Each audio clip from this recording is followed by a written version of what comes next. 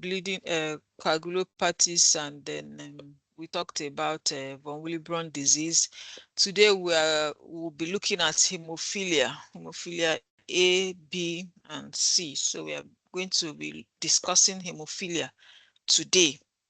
So what are these disorders? What is hemophilia? Say that the hemophilias, they are congenital single factor deficiencies marked by anatomic soft tissue bleeding. Okay, they are second to von Willebrand disease in prevalence among congenital bleeding disorders. Hemophilias occur 1 in 10,000 individuals. Of those that are affected, 85% are deficient in factor 8, 14 are deficient in factor 9, and 1% are deficient in factor 11. That is accounting for hemophilia A, B, and C, or one of the other coagulation factors such as factor 2, the prothrombin, factor 5, factor 7, factor 10, factor 13. Congenital deficiencies of factor 8 is called classic hemophilia or hemophilia A.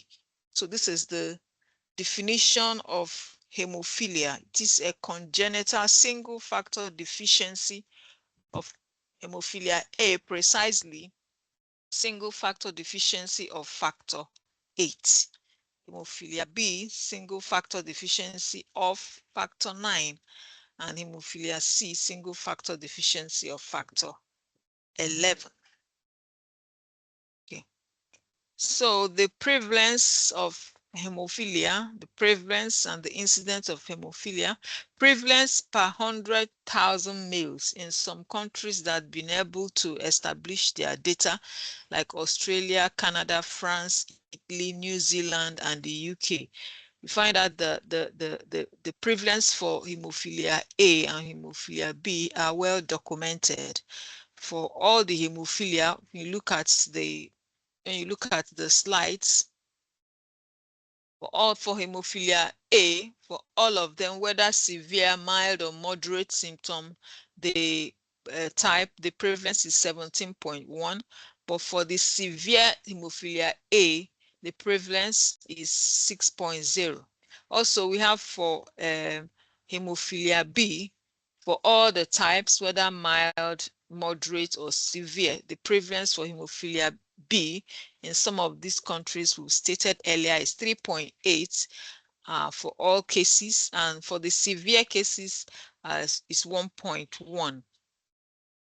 Now, the incidence per 100,000 males at birth for some of these countries, Canada, France, UK, as at 2018, we have 23.2 for all cases. The incidence rate for hemophilia A for all cases, whether mild, moderate, or severe, is 23.2. For severe hemophilia A is 9.8. And also the same, you can see hemophilia B, the incidence is 4.7 for all the cases and 1.5 for all types of hemophilia A, B. Sorry. So we also have the clinical manifestation of hemophilia, the hemophilia A. So we are talking about hemophilia, we're discussing hemophilia A right now. The clinical manifestation of hemophilia A can be mild form. If it is mild, sometimes it may be not diagnosed. The symptoms may not warrant the patient seeking for medical attention. It may be moderate. If it's moderate, it presents with some sort of delayed bleeding, which can be triggered by injury or invasive procedure. So can be mild, the symptoms can be mild, can be moderate, it can be severe. The prevalence for severe hemophilia A is 70%. For mild hemophilia A, the prevalence is 15%. And then for moderate and mild 15-15. Okay, the factor 8 activity in this patient with the severe form of hemophilia A, the factor 8 activity is less than 1 unit per DL. For moderate, it's 1 to 5 units per DL, and for mild hemophilia A, the factor 8 activity is 6 to 30 units per DL. The symptoms involve spontaneous bleeds for severe cases, bleed after minor trauma for moderate cases, and bleed after major trauma for mild cases. So the severity of hemophilia A symptoms, from what you can see from the concentration of factor 8, okay, the severity of hemophilia A symptoms is inversely proportional to factor 8 activity. Okay, the lower the factor 8 activity, the more severe the symptoms for the hemophilia A is. Okay, so that is why in the laboratory we classify the activity level of less than 1%, just like we see here, as severe. Okay, and it's associated with spontaneous or exaggerated bleeding. Okay, the activity between 1 to 5% are seen in moderate hemophilia, which is what is represented by 1 to 5 units per DL. Same thing as 1 to 5% moderate hemophilia, and is usually diagnosed early in childhood after symptoms become apparent. Okay, a mild hemophilia with activity levels of 5% to 30%, 30%. Okay, hemorrhage follows significant trauma. If there's a major trauma or a major injury, it can be followed up with hemorrhage and becomes a risk factor, mainly in surgery when somebody is booked for surgery or dental extractions, and patient may go for long periods without symptoms in mild cases. So the symptoms for hemophilia depends on the activity level of factor 8, and it's inversely proportional. Okay, the lower the factor 8 activity in an individual with hemophilia, the more severe the symptom is, the hemophilia symptom is. Okay, okay. So the clinical manifestation of hemophilia.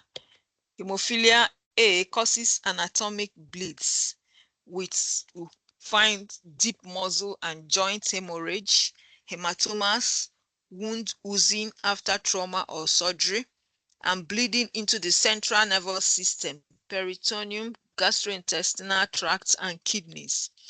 So these are some of the clinical presentations of hemophilia. Okay, you have acute joint bleed. Okay, they are exquisitely painful and causes temporal immobilization, bleeding into the joints. Chronic joint bleeds causes inflammation and eventual permanent loss of mobility, whereas bleeding into muscle may cause nerve compression injury, with initially first temporary and then lasting disability, causes also disability. We can also have cranial bleeds. Okay, can be very severe. It can lead to very severe and debilitating neurologic syndromes. Okay, such as loss of memory, paralysis, seizures, coma. Okay, and it can be totally fatal. Okay, bleeding may begin immediately after a triggering event, or may become manifest after a delay of several hours. Some bleeding seems to be spontaneous. You can see some of the clinical presentations of hemophilia. Okay, you can see the severe hemophilia symptoms, spontaneous anatomic, that is soft tissue bleeds. Okay, hemorrhage during the first year of life, bleeding at umbilical stump and circumcision. You find out that majority of the children that are hemophiliacs, if attention is paid during the time of circumcision, especially for the boys, during the time of circumcision, they find out that after the process of circumcision, they find out that it takes longer time for the child to stop bleeding. At that point, it should be followed up or monitored to screen for hemophilia. That is the first sign, first manifestation for uh, hemophilia. We also have joint, muscle, body cavity, GI, kidney, testicle, all bleeding into all these places. So we have life-threatening intracranial bleeds, airway obstruction, we have multiple hematomas, chronic inflammation, hematrosis, permanent atrophy. These are symptoms of severe uh, hemophilia. Okay, and as a result of the frequent bleeds, hemophilia patients often have debilitating and progressive musculoskeletal lesions. You can see them with some deformities. They present with some deformities because of this frequent bleeding into their joints, into their muscles, into the intracranial bleeds. A lot of bleeding in so many sites of the body. Okay, because of those frequent bleedings, they often come down with debilitating and progressive musculoskeletal lesions and deformities, neurologic deficiencies, and intracranial hemorrhage. Okay, in addition, other effects of chronic disease, they can have such as limited productivity, can lead to low esteem, poverty, drug dependency. Okay, these are some of the symptoms. Drug dependency, okay, because of the pain reliefs they always take, it can make them to be addicted to some of these uh, drugs. Okay, and depressions, they are common problems that are associated with the severe hemophilia. Okay, so sometimes also because of the exposure to blood products in the earlier days of hemophilia treatments, when they used factor concentrates from cryoprecipitates from the blood donors, it also exposes them to the risk of hepatitis, HIV, and all that. So hemophilia A comes down with substantial both social and psychological and health uh, implications and consequences. You can see here intracranial bleeds and social complications of severe hemophilia, very expensive care, limited lifestyle. You are limited, the children can't really indulge in physical exercise that their colleagues, because if they do any strenuous, it triggers off bleeding into their joints, and it's quite painful, as you can see in some of these pictures. Okay, limited lifestyle, opioid addiction because of depending on pain reliefs, neurological defects because of the intracranial bleeding, economic limitations, vocational limitations. These are some of the outcomes of the symptoms of severe hemophilia A. So we're going to hemophilia A, the genetics of hemophilia A. The gene for factor 8 spans 186 kilobase of the X chromosomes and is the site of various deletions, stop codons, and nonsense and missense mutations. These are types of mutations. Okay, most of these mutations result in quantitative disorders in which factor 8 coagulant activity and antigen concentration match, but in rare cases, low activity is seen despite normal antigen concentrations. So most of these mutations result in either quantitative or qualitative deficiency in factor 8. Okay, all right. So what about the inheritance of hemophilia A? Okay, hemophilia A, just like we said, spans 186 kilobase gene on X chromosomes, which is marked by some molecular abnormalities, molecular mutations of deletions, stop codons in certain, okay, missense and nonsense point mutations, okay. 90% of our quantitative deficiencies, okay. 10% are qualitative deficiency, functional defects. 25 to 30% are spontaneous mutation rates, and it's sex-linked recessive in inheritance. Career mom may experience bleeds, pregnancy complications. Okay, career mom may experience bleeds or pregnancy complications. So just like you see in this diagram here, diagram trying to depict the offspring of a case where we have a career mother, unaffected father, an unaffected mother, affected father. Okay, these are the children that can result, the progeny of those types of pregnancy. Okay, male hemizygous. The male hemizygous whose sole X chromosomes may always have one X chromosomes contain factor 8 gene mutation, may experience anatomic bleeding, but female heterozygotes who are carriers do not. Okay, when a female carrier has children with unaffected man, just like we have in this diagram, a female carrier has children with a man, a father that is unaffected, the chances of hemophilia A inheritance, we have 25% chance of a normal daughter. Okay, you can see a normal daughter, 25% chance of a normal daughter, 25% chance of a carrier daughter. And find the carrier daughter here. 25% chance of a normal son, as a normal son, and 25% chance of a hemophilic son. Because once the son inherits that one X chromosome from the mother, it turns him everything red because he has only one X. He cannot have two. Okay. All sons of men with hemophilia A and non-carrier women are normal. Okay.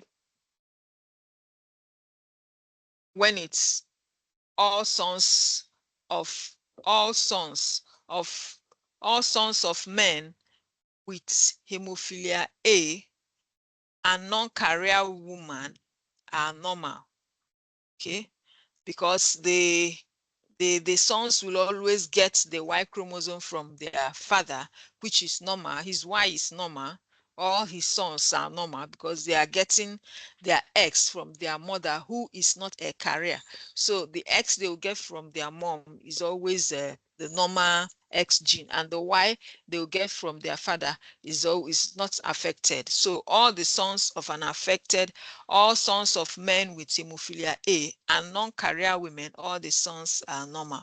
Whereas all their daughters are obligate carriers of the disease because he contributed that X hemophilia X gene to his daughters, but the mother contributed another X, so his daughters are carriers.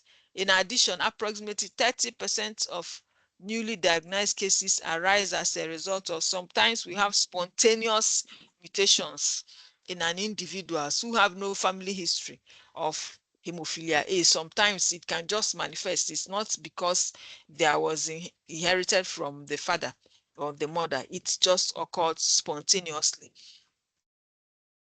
Okay, sometimes, and in females, it's rare to see the symptoms of hemophilia. So hemophilia is rare to see the symptoms because they are not they are they how do I put it now? It's rare to see the symptoms sometimes in females because they have double gene, X gene. So let's look at factor 8 structure and function. Factor 8 is a two-chain 285,000 Dalton protein translated from the X chromosomes. Okay, when the coagulation cascade is activated, as you can see in this picture, when the coagulation cascade is activated, thrombin cleaves factor 8. Okay, thrombin cleaves factor 8 and releases a large polypeptide called the B domain. The B domain that dissociates from the molecule. It leaves behind a calcium-dependent heterodimer that detaches from von Willebrand factor, its carrier molecule, to bind phospholipid and form factor 9. Okay, so when you look at this coagulation cascade, okay, this factor 8 is being activated by thrombin and it binds to factor 9. Okay, the factor 8 factor 9 complex, sometimes called the tenase complex, cleaves and activates factor 10 at a rate of 10 times faster than free factor 9 is doing. Okay, than free factor 9 is doing. It can see the rates at which this tenase complex, which is being formed by the activation of factor 8 by thrombin. Thrombin activates factor 8, dissociates dissociates it from the B domain molecules, and then it now binds factor 9 to form the tenase complex. Then this tenase complex has a tendency of activate coagulation factor 10 at a rate of 10,000 times faster than free factor 9 can do. Okay, so this combination of factor 8 and factor 9 contributes heavily to this coagulation process, okay, of activating factor 10. Okay, so consequently, factor 8 deficiency, if factor 8 is deficient, it will significantly slow this process of coagulation pathway production of thrombin and leads to hemorrhage. Okay, so because of the contribution of factor 8 to the process of coagulation, any malfunction or deficiency or abnormality of factor 8 will drastically affect this coagulation clotting mechanism. And that is what happens in hemophilia patients.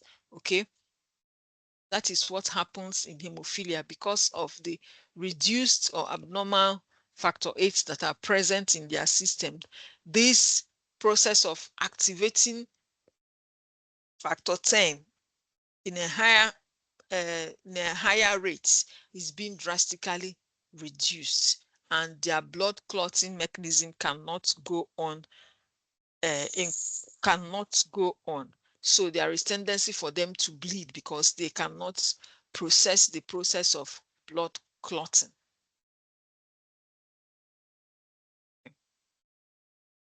All right. So, okay.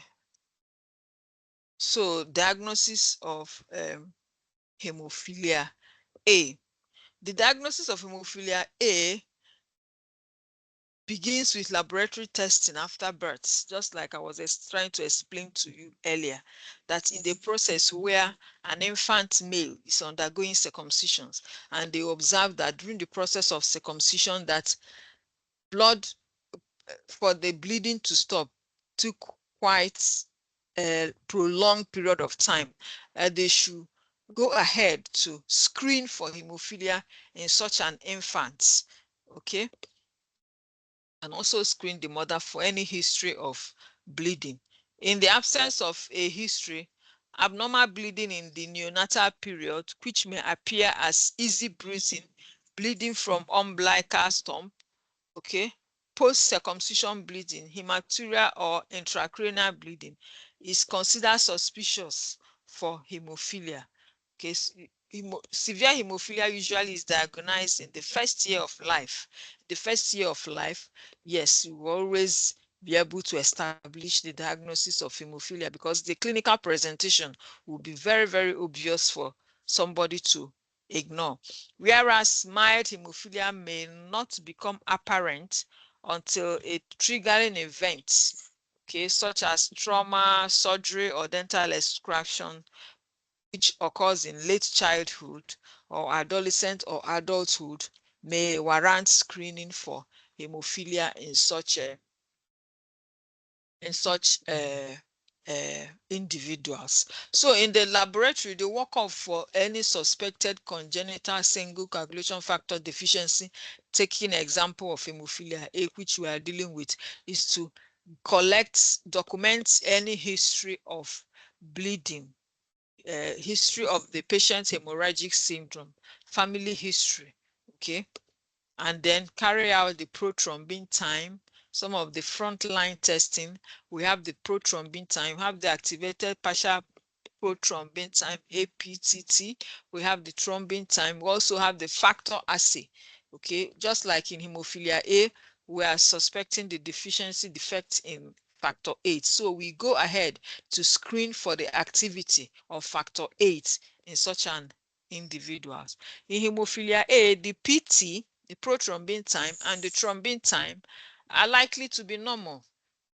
Yes, they are likely to be normal because the prothrombin time actually monitors the extrinsic pathway. Okay, factor 8 is coming on the intrinsic pathway. So it's the APTT that is supposed to be prolonged.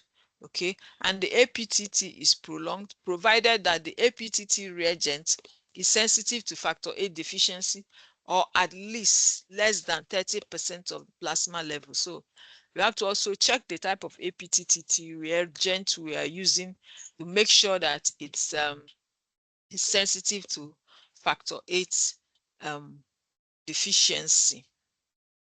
Okay. So we also have the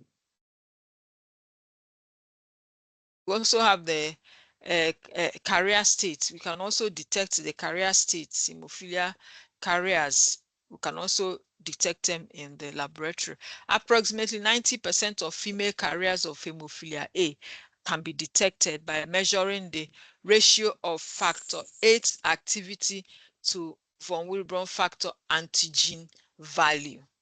Okay, this ratio is effective. Determining this ratio is very effective because von Willebrand factor production is unaffected by factor 8 deficiency. And okay, using this ratio rather than factor 8 assay alone, okay, normalizes for some of the physiological variabilities that affect factor 8 activity and von Willebrand factor antigen assays such as the estrogen level, inflammation, stress. So we can screen for carrier states of hemophilia A in some females that present with bleeding disorder who probably we have also evaluated their von Willebrand disease and it's not von Willebrand disease. You can also screen them for hemophilia A carrier status. That's what we are saying here. Okay. So the treatment for hemophilia A, the main treatment for hemophilia A, a bleeding disorder that is caused by deficiency of factor 8, is to do what? Replace the missing clotting factor. Okay, this can be done with factor 8 concentrates. It can be done with factor 8 concentrates, either from plasma derived or recombinant, using recombinant DNA technology, or with a non-factor product like emicizumab. So in the treatment, the aim of treatment in every factor deficient coagulopathy, the aim of every treatment is to replace the missing factor. That is the aim of every treatment in every factor deficiency, is to replace the missing factor. You can use cryoprecipitates, plasma derived cryoprecipitate. All these treatment options have their advantage and their disadvantages. The plasma derived option, because of HIV, hepatitis, and also inhibitor developments, okay, there is continued refinement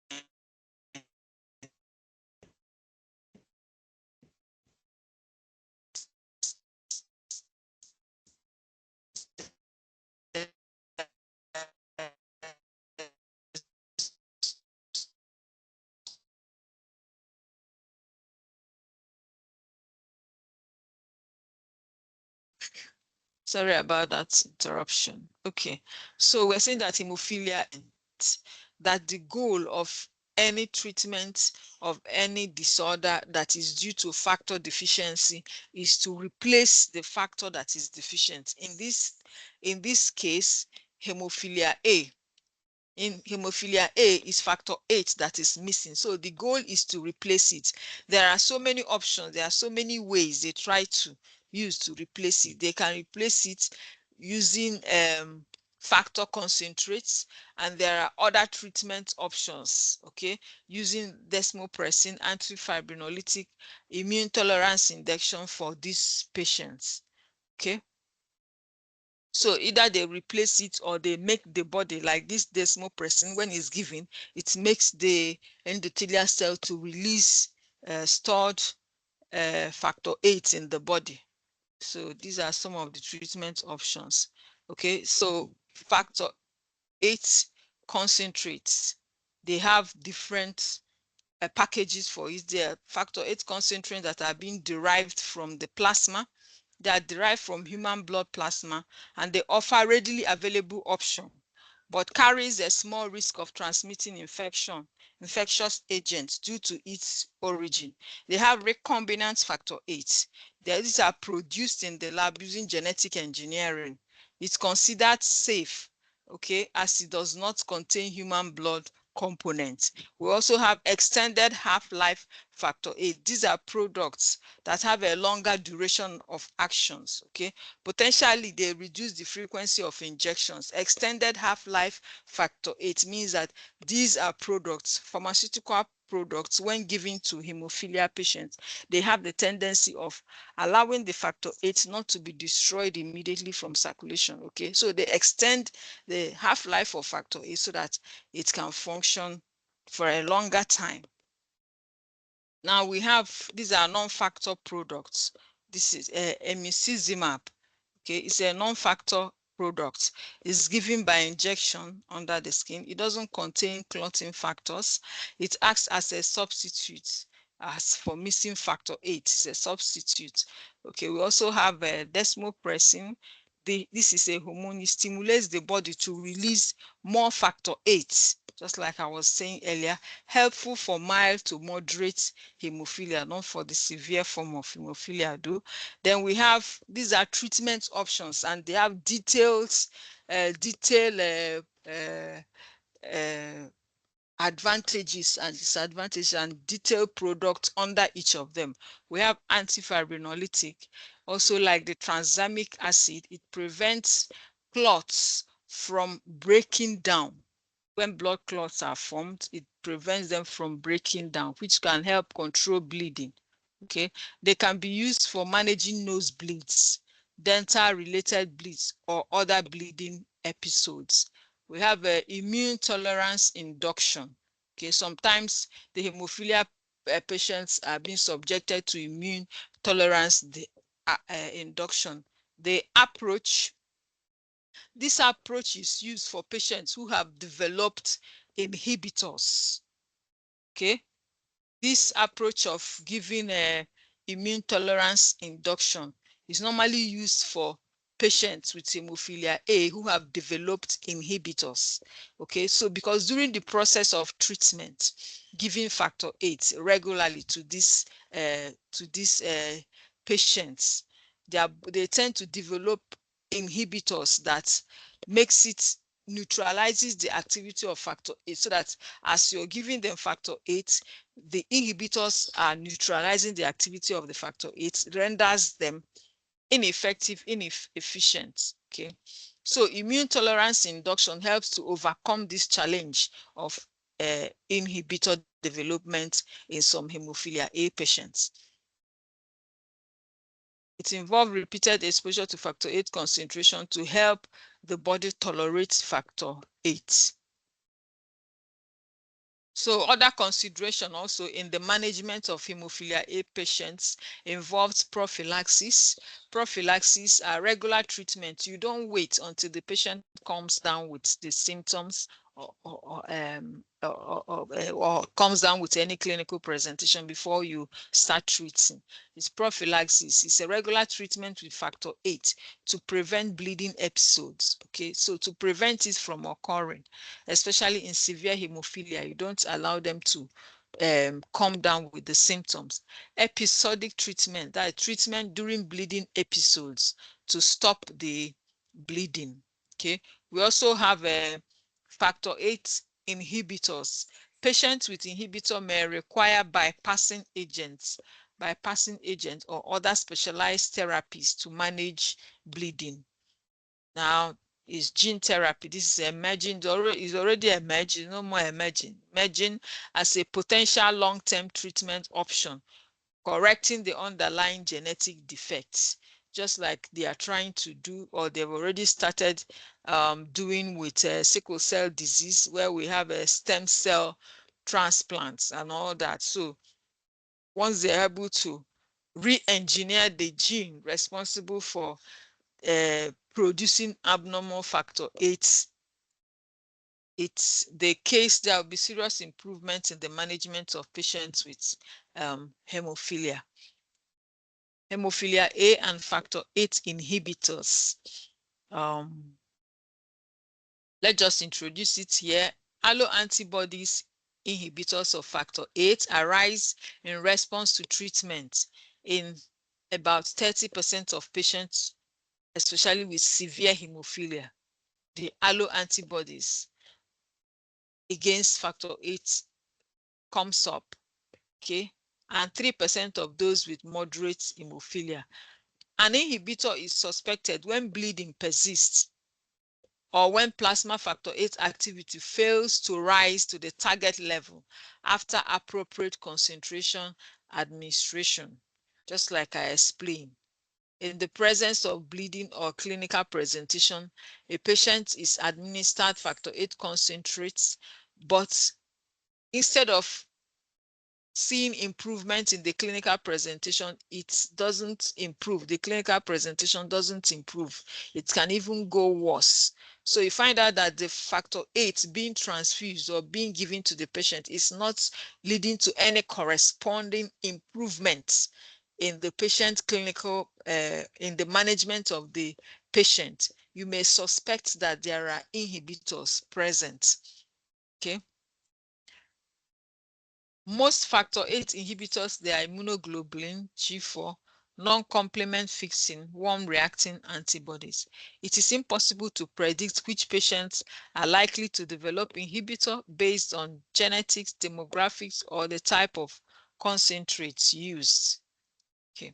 The first step in inhibitor detection is factor 8 assay. We perform the factor 8 assay. If the factor 8 activity exceeds 30%, no inhibitor is present. If the level is less than 30%, then proceed to mixing studies. Okay, mixing studies is a process where we got a normal pool of those with normal pool plasma. Okay, we pool normal patients, like 20 pooled normal plasma, and then the patients were suspecting of having inhibitor. Okay, so we get equal volume of the two samples, then mix it together. Then after mixing it, we now carry out APTT estimation. Okay, so we incubate it about 1 to 2 hours, and the APTT of the mixture is performed. If no inhibitor is present, the incubated mixture should produce an APTT result within 10% of the incubated normal APTT. If an inhibitor is present, however, the factor 8 from the normal plasma is partially neutralized and the mixture's APTT remains prolonged or uncorrected. So what it means is that after we have mixed the two plasma, the one of the patient with the hemophilia and the pooled normal plasma, taking equal volume of each, maybe, and mixing it and then carrying out APTT on the plasma. So if the APTT is prolonged.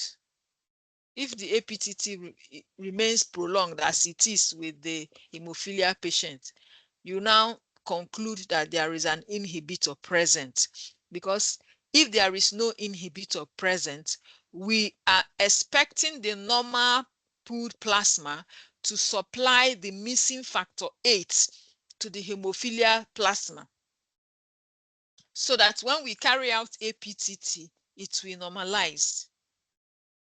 Okay, so if it is normalized, we are not talking about inhibitor.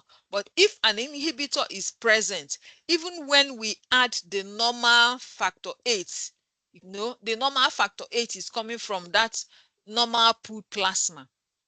Okay, even when we add factor 8 to the hemophilia, it remains prolonged, because the inhibitors in that hemophilia sample will still inhibit those factor 8 that are coming from the normal pooled plasma. So it will not allow the APTT to be corrected. It will still remain prolonged. So we suspect inhibitor. Okay, and then we go ahead to screen for the inhibitors. If the mixing studies and the therapeutic results suggest the presence of factor 8 inhibitor, a Bethesda assay is used to quantitate. You will now quantitate the inhibitor. Normal plasma with 100% factor activity is mixed at increasing dilution in a series of 2 with full strength patient plasma. Factor 8 assay are performed on each mixture. We now start our Bethesda assay. The operator then compares the result of the various dilution and expresses the theta as Bethesda units. One Bethesda unit is the reciprocal of dilution that causes neutralization of 50% of the factor 8 from the normal plasma. So if we suspect factor 8, we go ahead to quantitate factor 8 using this assay we call the Bethesda assay. It's more practical than theory. Yeah. So we have hemophilia A, which is called hemophilia A, that is as a result of deficiency of factor 9, also called the Christmas disease. Total approximately 14% of hemophilia cases in the United States where there is data. Hemophilia B is caused by deficiency of factor 9, one of the vitamin K dependent serine proteases. Factor 9 is a substrate for both factor 11 and factor 7 because it is cleaved by either to form dimeric factor 9. Subsequently, factor 9 complexes with factor 8 to cleave factor 10.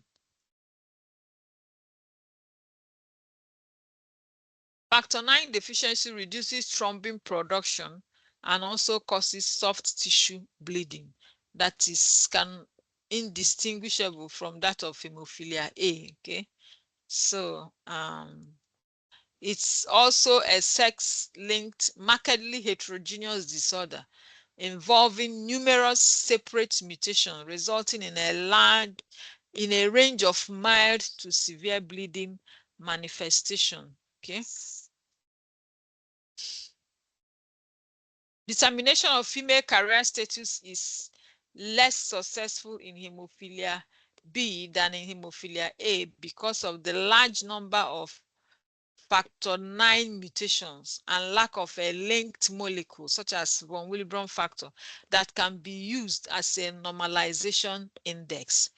DNA analysis occasionally may be used to establish carrier status when hemophilia B has been diagnosed and a specific mutation identified in a relative. We also have what we call hemophilia C, okay? Rosenthal syndrome, factor 11 deficiency is called hemophilia C. So factor 11 deficiency is an autosomal dominant hemophilia. Is autosomal dominant with a mild to moderate bleeding symptoms. More than half of the cases have been described in Ashkenazi Jews, okay, but individuals of any ethnic groups may be affected. The frequency and severity of bleeding episode do not correlate with factor 11. See it. The severity and frequency of the bleeding episode does not correlate with factor 11 levels. Unlike factor 8, where we say that they are that the lower the factor 8 level, the higher the severity of the symptoms. So here in hemophilia C, factor 11 deficiency, the level of the factor defect does not correlate with the severity of the bleeding. Okay, and laboratory monitoring of treatment serves little purpose after diagnosis is established. Okay.